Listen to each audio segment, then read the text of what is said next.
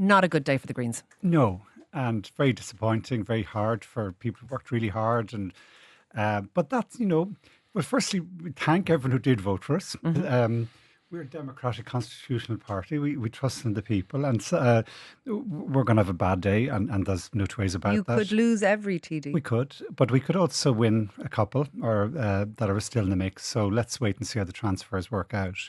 But we'll come back. We're here for the long haul. You've been here before, in fact. We've been here before, and we believe that the message we bring and the sense of direction for the country is still as relevant as ever, if not more so.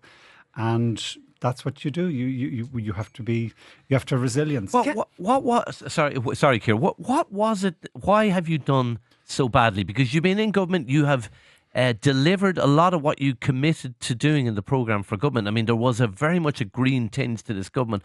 Why were people so for you 5 years ago and again you 5 years on? Well, it's a very international phenomenon. It's happening across the world where environmental issues, and we see this over 40 years. The tide comes in, the tide goes out, and it's been out for the last few years. Also, we were changing things, and change is difficult sometimes. It could be even things that you want, or in the long run it's going to be good. It's not easy when you're changing things in the ground. But at a time when climate crisis is surely one of the biggest issues for particularly young voters, and indeed on the kind of global stage, why now is the green message falling off the agenda? Can I explain that? Well, no, let them in. I'll bring you in, Ivan, but let Eamon answer. Well, I think, firstly, young voters, the top issue is housing. And we have been working on that, and some of the solutions we've delivered in government will actually bear fruit as we look at new models of providing housing.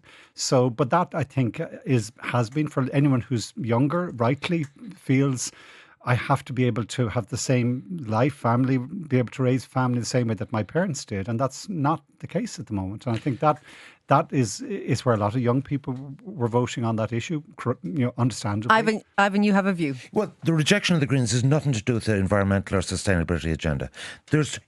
With Trump, the narrative was the economy and migration. For Fine Gael, Fianna Fáil, the narrative was very clear. The devil stability, we got through 3 Black Swan events, that was one narrative. The Sinn Féin counter-narrative was 100 years of Fine Gael and Fianna Fáil. So the question was, where there was 2 competing narratives, and only 2 competing narratives, and that central question, do you want more of the same or do you want change? And 40% of the electorate on both sides.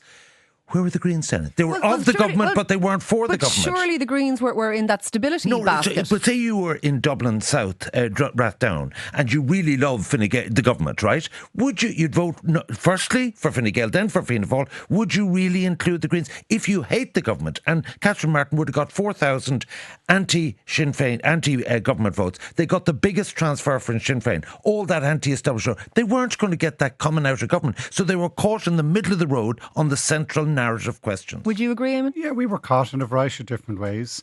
I think we did provide good government. In fact, I think we were centrally involved in providing stability through these difficult recent last 4 or 5 years.